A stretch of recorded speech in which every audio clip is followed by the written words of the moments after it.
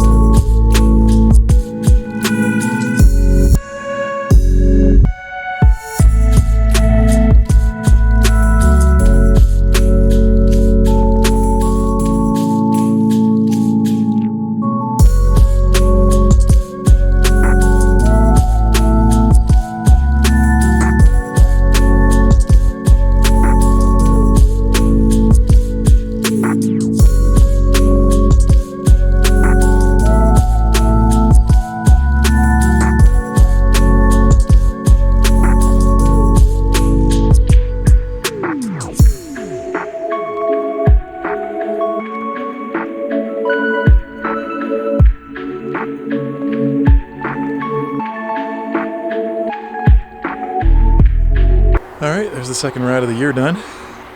I gotta say it didn't go too bad. Definitely have some cobwebs to burn out, but trail conditions here at the Hydro Cut were awesome. I gotta say the hardest part I think was riding with a camera between my eyes. Between that and the really icy trails. Kind of surprised I'm still standing here right now, but hopefully you guys enjoyed the camera angle. So I'm admittedly pretty biased about the V8 engine in these 4th Gen 4runners. So I'm gonna give you a little disclaimer here right now. If you already own a V6, and you're going to get your feelings hurt by somebody disagreeing with you, you might just want to back out of this video right now. Because my opinion's my opinion, and that's just the way it is. That's the way she goes? That's right. That's the way she goes. That's what I said. So you lost all her drink money is what she goes. She's gone. I've driven both the V6 and the V8 engine in these 4runners. I've tried them both. And to me, it's a no-brainer. The V8 is so much better. And I know some people think they don't notice a difference. Again, it's all just a matter of opinion. I actually think that the V8 engine is the best part about the 4th generation 4runner. Just because if you think about it, the 4runner's been around since the 80s. And these are the only years that a V8 engine was available. And with the direction things are heading, ever will be available in the future too. So it makes these things really unique and obviously very sought after to the way that they hold their value. And anyways, instead of standing around in the parking lot, let's go for a little drive, and we'll talk while we're driving.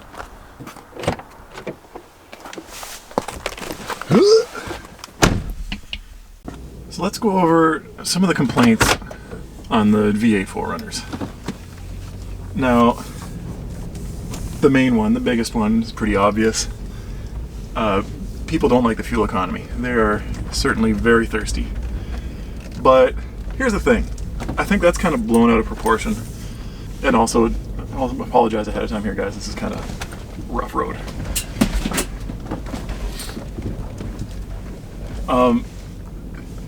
Yeah, the V8 4runners are very thirsty. Not gonna lie, I'm not gonna argue that. They get horrible gas mileage. But the thing that people don't seem to realize is that the V6 4runners aren't good either. Like the Toyota 4runner, no matter what generation and what combination you have, none of them are good on gas.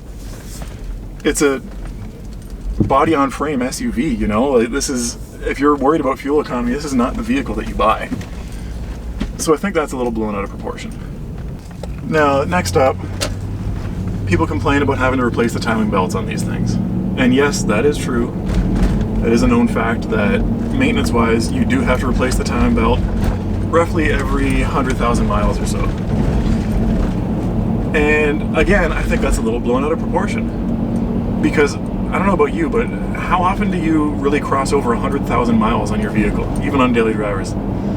Maybe once or twice in the lifespan that you own the vehicle.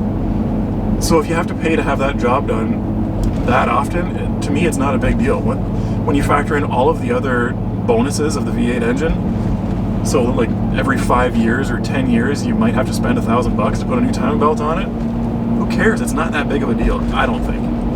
To me, that's just kind of the cost of doing business, really, to get such a otherwise fantastic engine. It's worth it. And on the subject of maintenance still, another complaint that people have is that you have to remove the skid plate when you do an oil change, and with the V6 4runners you don't need to. And again, that's true, but like, think about it. You remove the skid plate with 4 bolts. If you aren't able to do that, or that's a really big deal to you, you're probably not doing your own oil changes anyways, really. I mean, again, it's kind of part of the job. It's not the end of the world, so you drop the skid plate down, do an oil change. It's okay. It's not a reason to not get this engine in a 4runner. So now that we got that out of the way, let's focus on the benefits of this engine. First of all, the 4.7 V8 is a really, really good engine. This is arguably one of the most reliable motors Toyota ever built, next to the 2JZ and the Supra, of course. That's the legendary one that everybody refers to. But to me, one of the best parts about this setup in the 4runner is obviously the sound. Now, keep in mind that mine has headers and an exhaust on it, so a stock 4runner does not sound like this. It doesn't sound quite this beefy. But the thing is, you have access to that by upgrading the exhaust system. It will sound like that if you upgrade it. I don't care what generation or what model of V6 4runner you have, if you put an exhaust on it, it will not sound like this. It just can't. I'm not a fan of louder V6s anyways. If I had one, I'd probably just leave it stock because I don't really like the sound. Some people do like it, and even then though, you got to admit that even if you like the sound of a V6 4runner with an exhaust on it, it still doesn't sound like this. It just can't. Now, the other big draw to these V8 4runners is just the driving characteristics of them. Now, yeah, performance-wise, they are better on paper.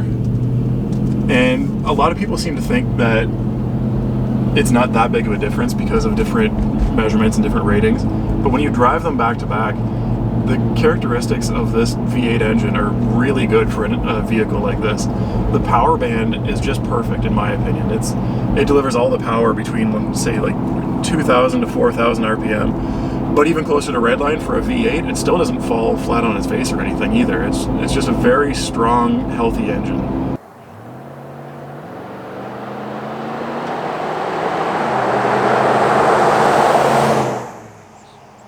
But don't get me wrong, these V8 4runners are not fast vehicles. I don't consider them like a high performance engine or anything. Compared to my 400 horsepower MR2, it's not even close. But it's very smooth and very linear, and they pull really hard. And with the setup on this 4runner, specifically with the headers and the exhaust, I would easily put it up against any V6 4runner, even brand new ones, maybe even a supercharged V6. I would still put it up against that and be pretty confident that it can hang and quite easily beat it.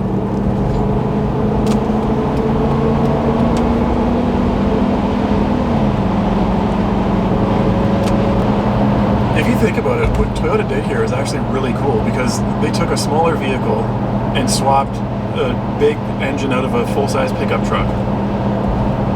That's some hot rodder stuff right there. That's the name of the game for us car guys, right? And the fact that Toyota, of all companies, did that,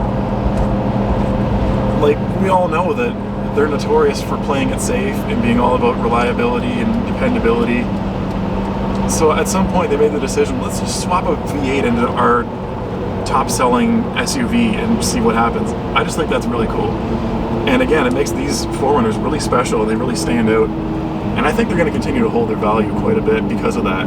They are just a really unique vehicle in the Toyota lineup. So if you're in the market for one of these 4th gen 4runners and you're still kind of on the fence on which engine to go with, I'll put a link below. I went ahead and made some tables and some graphs just comparing the two engines for you.